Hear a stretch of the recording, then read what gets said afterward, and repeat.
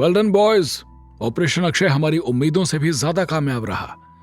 जो ड्रग्स तुम लोग अपने साथ लाए हो उनकी कीमत करोड़ों में है। हमारे सीक्रेट सूत्रों से खबर आई है कि ड्रग्स का एक बड़ा ऑर्डर गायब होने से हलचल मच गई है। उनके सरगना को लगता है कि ड्रग्स लाने वाले लोगों ने बेईमानी की है और माल को कहीं और बेचा है। सप्लाई करने वाले सोच रहे हैं कि ये लोग माल लेकर पैसा नहीं देना चाहते, इसलिए झूठ बोल रहे हैं। राघव के कंधे पर बड़ी सी पट्टी लगी थी और कंधे पर जोर ना पड़े इसलिए उसके बाजू को गले में डाली एक बेल्ट से सहारे दिया हुआ था। उनको देखते ही राघव ने दूसरे हाथ की मुट्ठी बनाकर अपने साथियों की तरफ बढ़ाई। चारों ने उसी तरह मुट्ठी बनाकर उसके हाथ से टकरा दी। कैसे हो राघव? शांतनु ने पूछा। डर तो नहीं है? चौड़ी मुस्कान के साथ राघव ने जवाब दिया। डर से कौन डरता है? अगर डॉक्टर जाने दे तो मैं अभी जिम में चला जाऊं। विक्रम ने हल्के से उसकी चोट को सहलाकर कहा, तुम्हें अभी कंधे पर जोर नहीं डालना चाहिए, वरना हड्डी कमजोर पड़ जाएगी और घाव भी खुल जाएगा। थोड़े दिन आराम करो। राघव ने मुंह बनाया। यहां लेटकर टाइम बर्बाद करना बिल्कुल अच्छा नहीं लग रहा। कम से कम मुझे बैरक्स में ही वापस जाने दें तो तुम लोगों को प्रैक्टिस करते देखकर खुश रहूंगा। शांतनु ने गौरव और विक्रम की तरफ देखते हुए कहा, वहां आकर भी सबको नहीं देख पाओगे। गौरव अपनी बहन की सगाई के लिए छुट्टी पर जा रहा है और विक्रम अपने माता पिता से मिलने। राघव की आंखें चमक उठी। छुट्टी? अरे वाह, तुम दोनों के मजे हैं।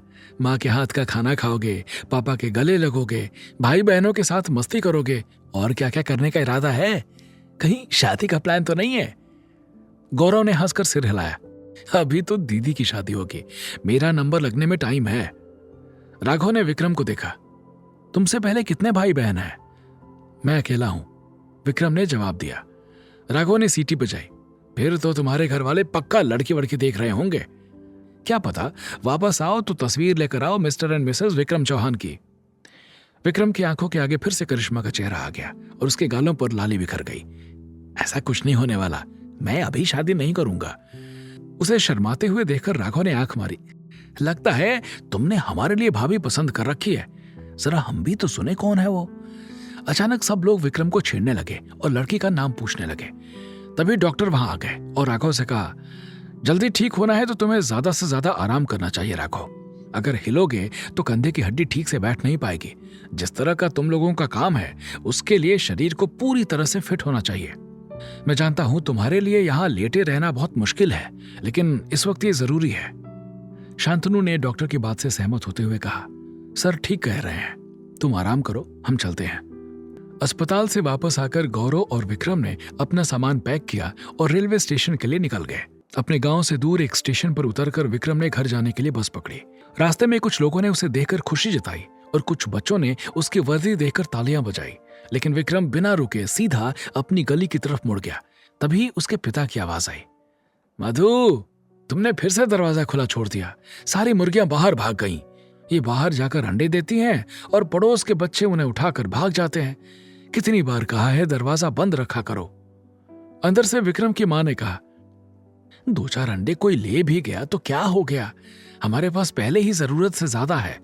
विक्रम होता तो और बात थी, मैं और आप इतने अंडों का क्या करेंगे।